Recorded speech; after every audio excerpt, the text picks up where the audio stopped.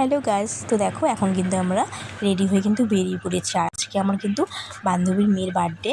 তো আমাদেরও বেরোনোর কথা ছিল সকালবেলা। আমার ছেলে পরীক্ষার কারণে আমরা কিন্তু কোথাও যেতে পারিনি।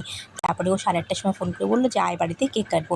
তারপর দেখো দুজনে কিন্তু রেডি হয়ে কিন্তু চলে এসেছি। আর দেখো আজকে বৃষ্টি পড়েছে দেখে দোকানপাটও কিন্তু বন্ধ ছিল আমাদের এদিকে। তারপরে দেখলাম যেতে যেতে দেখি একটা দোকান খোলা আছে, ওখান থেকে কিন্তু একটা গিফট নিয়ে নিয়েছি। আর গিফট নিয়ে কিন্তু আমরা বাড়িতেও চলে গেলাম। তারপর ওদের বাড়ি থেকে বললো চল আমাদের বাড়ির পাশে একটা রেস্টুরেন্ট আছে, ওখানে কেক কাটবো। আর এদিকে কিন্তু বলতে বলতে কিন্তু আমরা চলে এসেছি রেস্টুরেন্টে। আর এদিকে তারপর দেখো ওর মা ও মিলে মেনু ঠিক করছে রাত্রে আমরা কী খাবো। ওই হাই বলো তো।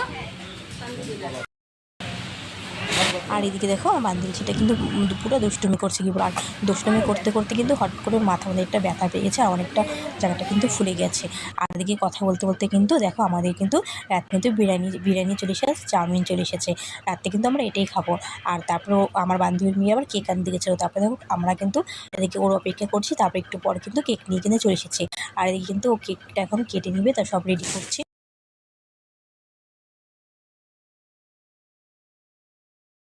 বার্থডে হ্যাঁ ওই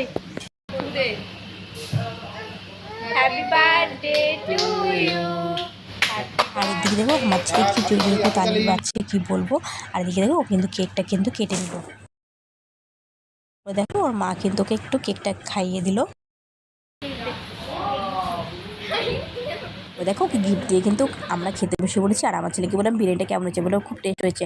আর আমার ছেলে কিন্তু খুব ভালো লাগে বিরিয়ানি খেতে, আর আমারও মোটামুটি ভালো লাগে। তারপরে দেখো আমি আমার বান্ধবী কিন্তু খেতে বসে পড়েছি। তারপরে খাওয়া দাওয়া হয়ে আমরা কিন্তু হাত ধুয়ে পাশে বসে আমরা কিন্তু ওখান থেকে বেরিয়ে পড়েছি। আর এই রেস্টুরেন্টের পাশে কিন্তু একটা বউ দেখো টোটোর মধ্যে বাচ্চাদের কত সুন্দর সুন্দর জিনিস নিয়ে বিক্রি করছে। তোমাদের যদি ভালো লাগে অবশ্যই লাইক কমেন্ট শেয়ার করে দিও। টাটা।